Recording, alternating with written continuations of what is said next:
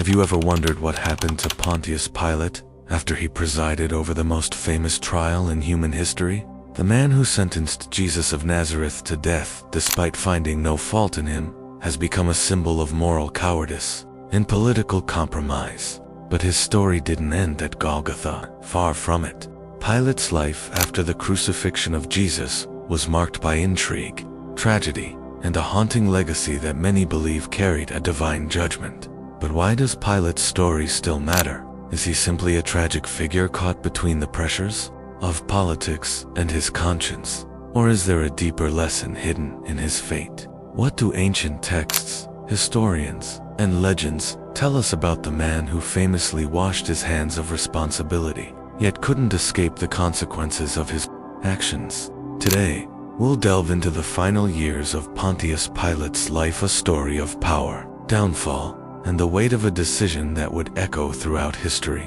Stay with us as we uncover the layers of this enigmatic figure and explore whether his fate was a result of divine justice or the inevitable collapse of a man torn between two worlds. Pontius Pilate, a name that resonates through history, tied irrevocably to the crucifixion of Jesus Christ. He was the Roman governor of Judea, a man tasked with maintaining order in a volatile province. And yet, his name is remembered not for governance or diplomacy, but for a singular decision that changed the course of history. But what happened after that fateful moment when Pilate condemned Jesus to die? What became of the man who symbolically washed his hands, hoping to absolve himself of guilt, only to carry the weight of his choice for the rest of his life? To understand Pilate's tragic end, we must first revisit his life before and during the events leading up to Jesus' crucifixion. Pilate was appointed by Emperor Tiberius around AD 26 as the prefect of Judea.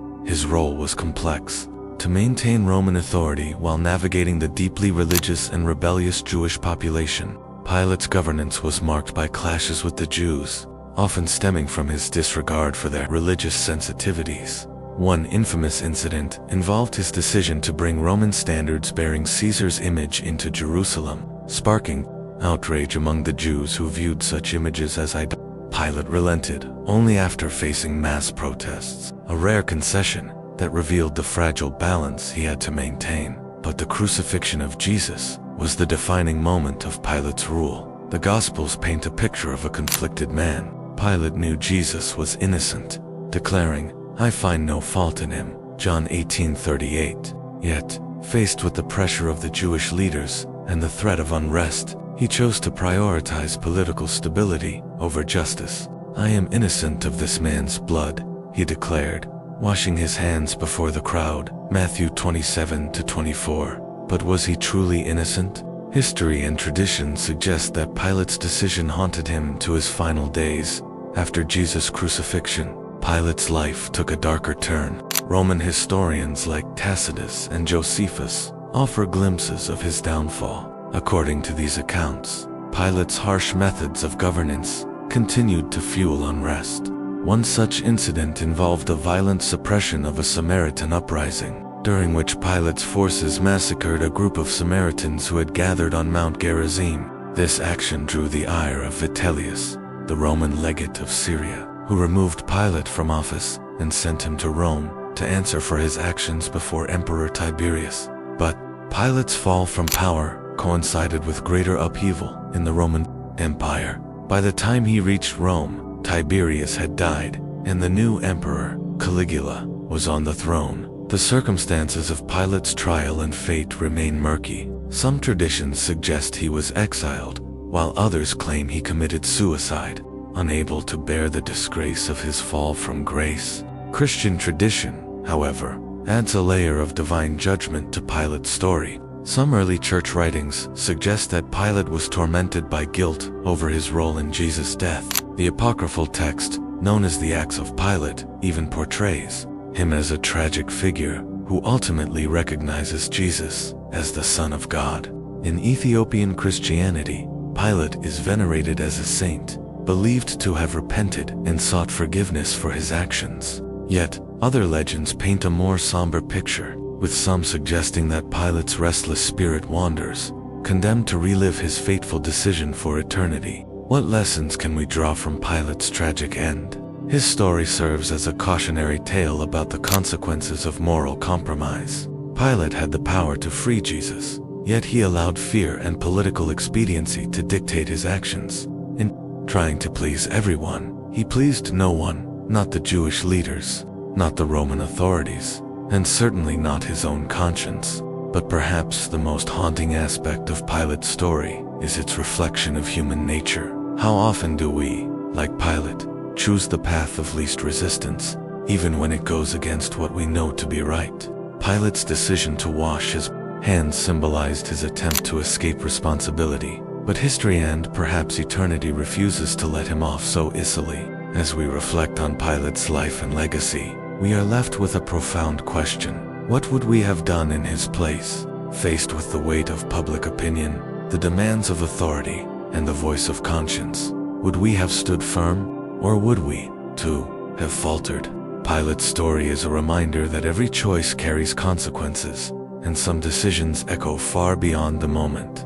Pontius Pilate's story doesn't merely end with his historical fall, or the ambiguous circumstances of his death. It reverberates through centuries of theological debate, historical reinterpretation, and cultural imagination. His role in the crucifixion of Jesus has placed him at the intersection of history and eternity, a figure who continues to evoke both condemnation and fascination. To understand the full weight of Pilate's tragic end, we must explore not only his actions, but also the legacy he left behind. Pilate's infamous decision to crucify Jesus wasn't made in isolation. It was shaped by the volatile political climate of first-century Judea. Roman prefects like Pilate were often judged by their ability to maintain order, and uprisings or disturbances could jeopardize their careers and, sometimes, their lives. Pilate's authority rested on a fragile alliance with the Jewish leaders, particularly the Sanhedrin, who wielded significant influence over the local population. By siding with them in condemning Jesus,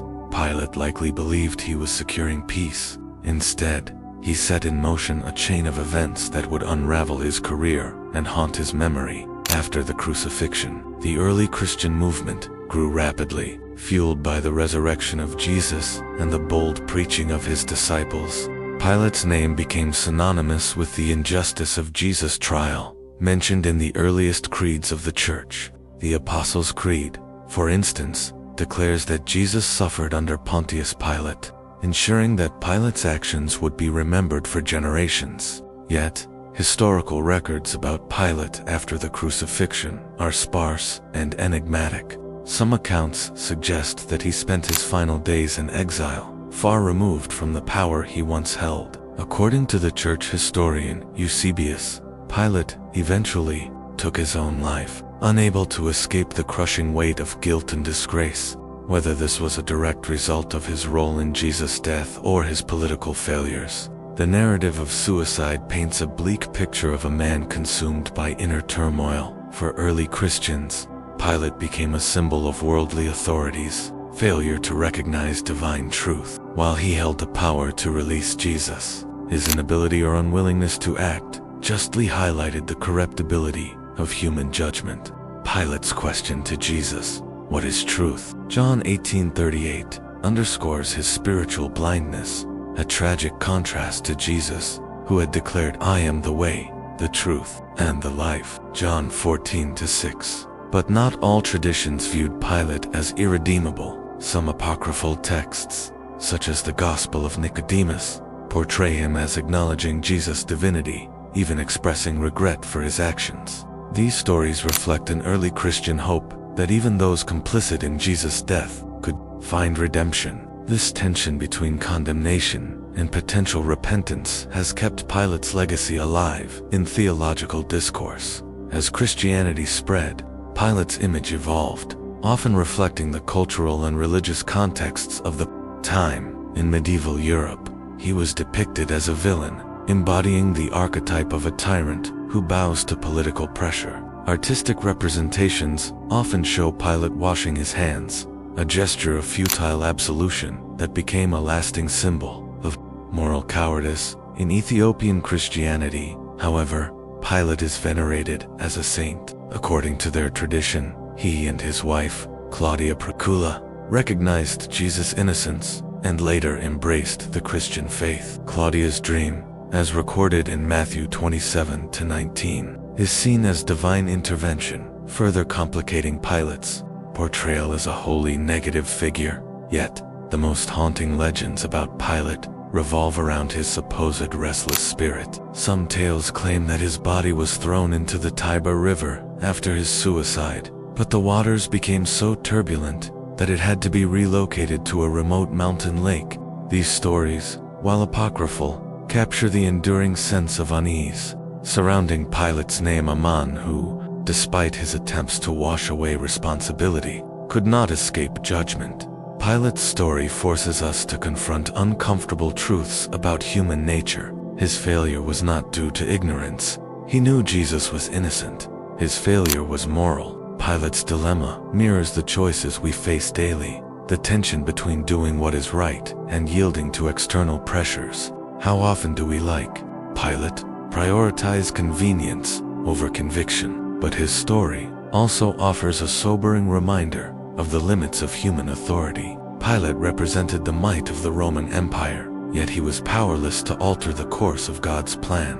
In his attempt to maintain control, he became a tool in a divine narrative far greater than himself. As Jesus told him, "You would have no authority over me unless it had been given you from above." John 19:11. Today, Pilate's name continues to provoke reflection. For some, he represents the dangers of compromising moral integrity. For others, he is a reminder of the power of divine sovereignty, showing how even flawed individuals play a role in God's redemptive plan. Pilate's story challenges us to examine our own lives, to ask whether we are willing to stand firm in the face of adversity, or if we, too, will wash our hands and walk away. As we conclude this exploration of Pontius Pilate's tragic end, one question remains: how will history remember us? Like Pilate, we each face moments of decision that define who we are. Will we choose courage or compromise, truth or convenience? Pilate's story is a cautionary tale, but it also leaves room for hope. In recognizing his failure, we are reminded of our own need for grace and the possibility of redemption. Pontius Pilate's story is not just a relic of ancient history, it's a mirror held up to humanity. It reflects our struggles with moral courage, our susceptibility to external pressures, and our tendency to deflect responsibility. Pilate's actions on that fateful day are emblematic of the choices people make when faced with competing priorities: justice, power, and self-preservation. These universal themes resonate across cultures, religions, and eras, making Pilate's story as relevant today as it was 2,000 years ago. One of the most enduring aspects of Pilate's legacy is his symbolic act of washing his hands. This gesture has transcended its historical context to become a universal metaphor for avoiding accountability. How often do we encounter situations where people, institutions, or even nations attempt to absolve themselves of guilt through symbolic actions rather than genuine responsibility? Pilate's decision reminds us that true justice demands more than appearances. It requires action, even at personal cost. But Pilate's story also raises profound theological questions. Could he have chosen differently?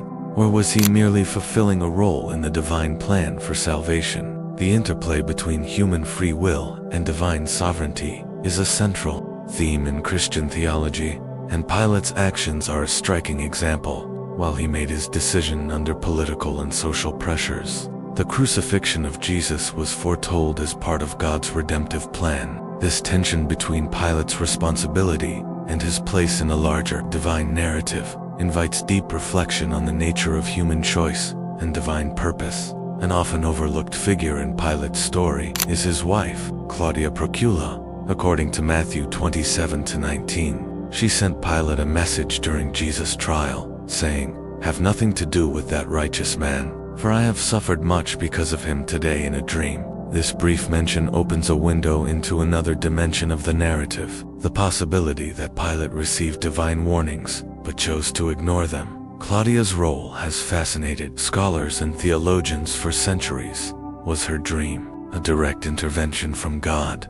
If so, Why was Pilate unable or unwilling to heed her warning? Some traditions suggest that Claudia became a Christian after the crucifixion, further underscoring the personal and spiritual ramifications of the events surrounding Jesus' death. Her presence in the story also highlights the theme of voices ignored. Pilate had the opportunity to listen to his conscience, to Claudia's warning, and even to Jesus' own words. Yet, he allowed fear and expediency to drown out these voices. This aspect of the narrative serves as a warning against the dangers of ignoring wisdom and truth when they challenge our comfort or security. Throughout history, Pilate has inspired countless works of art, literature, and drama, from medieval passion plays to modern films. His portrayal has ranged from a cynical politician to a tortured soul. These depictions reflect humanity's ongoing fascination with his character and the moral complexities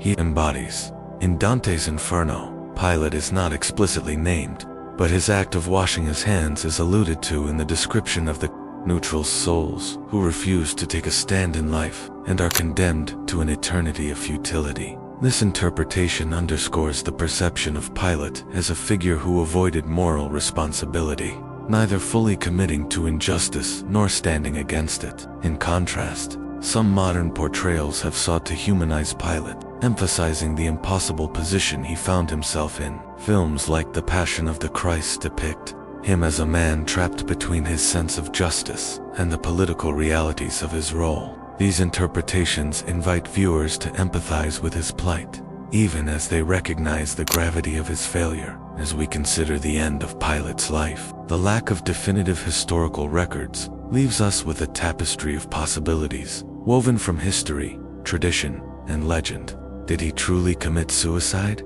as Eusebius suggests? Or was he exiled to an obscure corner of the empire, living out his days in disgrace? And what of the stories that depict his restless spirit, forever wandering as a symbol of unresolved guilt? One version of Pilate's end, found in Coptic and Ethiopian traditions, suggests that he repented and sought forgiveness, ultimately being redeemed. This perspective offers a glimpse of hope, a possibility that even those who fail most profoundly can find redemption, whether historical or not.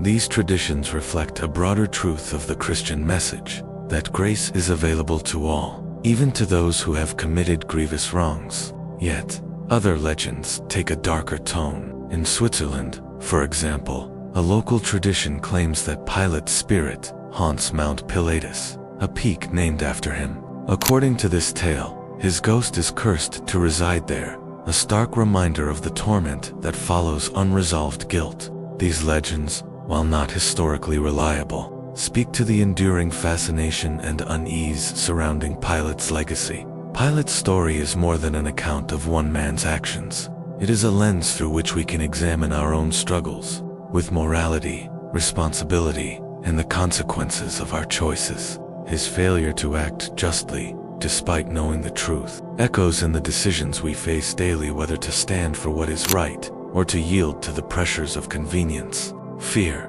or self-interest. The irony of Pilate's life is that he sought to escape responsibility by washing his hands, yet he became forever defined by the very act he tried to distance himself from. His story challenges us to confront the ways we, too, might avoid accountability, and it reminds us that history and eternity often judges us not by what we avoid, but by what we do. As we reflect on Pilate's tragic end, we are left with a question that transcends time. How will we respond when faced with moments of moral crisis? Will we choose the path of courage and conviction?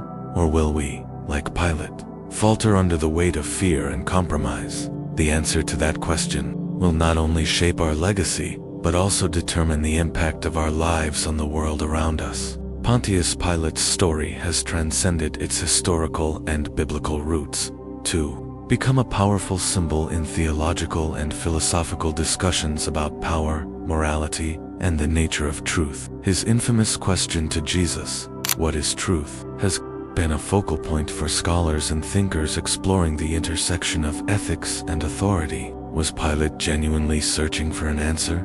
Or was his question a cynical dismissal of the notion of absolute truth? The ambiguity of his intent has left room for centuries of debate. In modern philosophy, Pilate's dilemma is often used as a case study in the ethics of decision-making. He knew Jesus was innocent, but he prioritized political expediency over justice. This choice reflects a broader human tendency to compromise principles when faced with external pressures.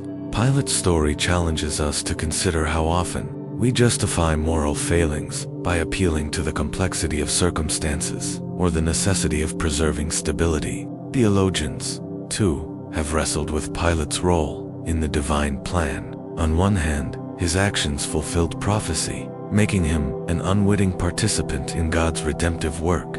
On the other hand, his complicity in Jesus' death highlights the reality of human free will and the weight of personal responsibility. Pilate's story forces us to confront the tension between divine sovereignty and human accountability, a paradox that lies at the heart of Christian theology. Pilate's question, "What is truth?" John 18:38, remains one of the most enigmatic and profound moments in the gospel narrative. It encapsulates the existential struggle of humanity to define and understand truth, particularly in a world filled with competing voices and shifting values. For some, Pilate's question reflects skepticism, a refusal to believe in absolute truth. For others, it represents a moment of genuine curiosity, albeit overshadowed by his inability to act on the truth he recognized. In a contemporary context, Pilate's question is more relevant than ever. In an age often described as post-truth, where subjective experience and personal perspectives are prioritized over objective reality,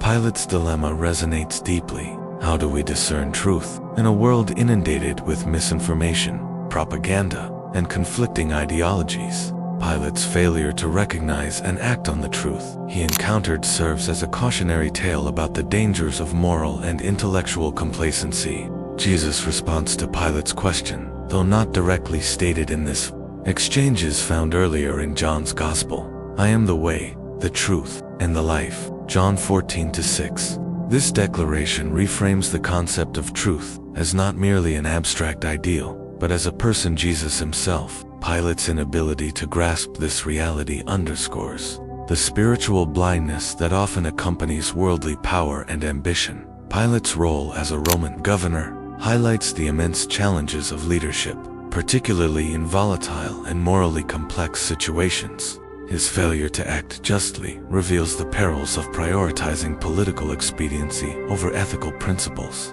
Pilate's story serves as a timeless warning to leaders in all fields. The decisions made in moments of crisis can define their legacy, for better or worse. One of Pilate's critical mistakes was his reliance on symbolic gestures to absolve himself of responsibility. His act of washing his hands, intended to publicly dissociate himself from Jesus' death, ultimately became a symbol of his complicity. This reminds us that leadership demands accountability, and that symbolic actions, without substantive change or moral conviction, are often exposed as hollow. In a broader sense, Pilate's story invites us to reflect on our own spheres of influence. Whether in positions of leadership or in everyday life, we are all faced with choices that test our character. Pilate's example challenges us to resist the temptation to prioritize convenience, public opinion, or self-interest over doing what is right.